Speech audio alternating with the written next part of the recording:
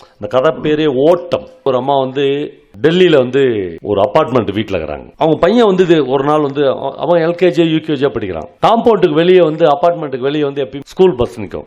இந்த பையனை போய் அம்மா பஸ் ஏற்றிட்டு வருவாங்க. ஒரு நாள் பையன் போயிடுவான். பார்த்தா அவனுடைய டிஃபன் பாக்ஸ் பேக் பண்ண டிஃபன் பாக்ஸ் விட்டுட்டு போயிடுவான் பையன். ஐயோ, என் புள்ள மதியானம் சாப்பிடாத விட்டுருப்பேன் அப்படின்னு அந்த அம்மா டிஃபன் பாக்ஸ் எடுத்துன்னு பார்ப்பாங்க.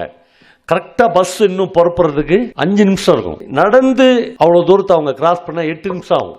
ஆனா ஓடுனா 5 நிமிஷத்துல ஓடிடலாம். அந்த அம்மா ஓடும். அந்த டிஃபன் பாக்ஸ் கல்யாணம்லாம் ஆகி பையன்லாம் ஓடும்போது பார்த்தா எல்லா அப்பார்ட்மெண்ட்ல இருந்தும் எல்லாரும் வேடிக்கை பார்ப்பாங்க அந்த அம்மாவை.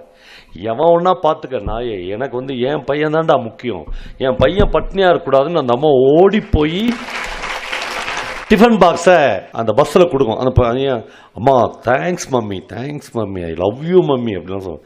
அம்மா கண்ணில் தண்ணி கலங்கிடும்.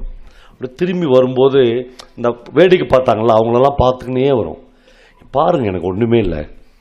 வீட்டுக்கு அந்த அம்மா உட்காந்து வீட்டில் ஹஸ்பண்ட் போயிட்டு பார் வேலைக்கு, பையன் ஸ்கூலுக்கு போயிட்டான், தனிமையாக இருப்பாங்களே. திரும்பி பார்க்கும், அந்த அம்மா காலேஜில் ஸ்கூலில் வாங்கின கப்புலாம் சாக் பையில் கட்டி பரண மேலே போட்டிருப்பாங்க. அந்த அம்மா ஓட்டப்பந்தயத்தில் அவ்வளோ பெரிய ஸ்டேட் பிளேயராக இருந்திருக்கும். ஆனால் பையன் பிறந்து கல்யாணம் ஆகி எல்லாம் நினைவுகளாக மாறிவிட்டு அந்த அம்மா தான் ஒரு ஓட்டப்பந்தய வீராங்கனை என்பதெல்லாம் மறந்து போய் ஏதோ ஒரு வீட்டில் கணவனுக்காக சோறு குழம்பு ஆக்கி போட்டுனுக்கிற ஒரு சாதாரண பெண்ணாக மாறி.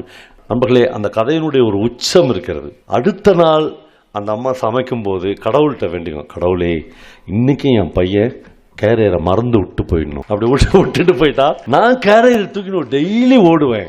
அப்படி ஓடுவதன் மூலமாக என்னுடைய ஓட்டத்தை நான் மீட்டெடுத்து கொள்ள வேண்டும் என்று சொல்லுகிற டெல்லியில் அபார்ட்மெண்ட்ல இருக்கிற ஒரு ஜெயந்தி எனக்கு தெரியும்.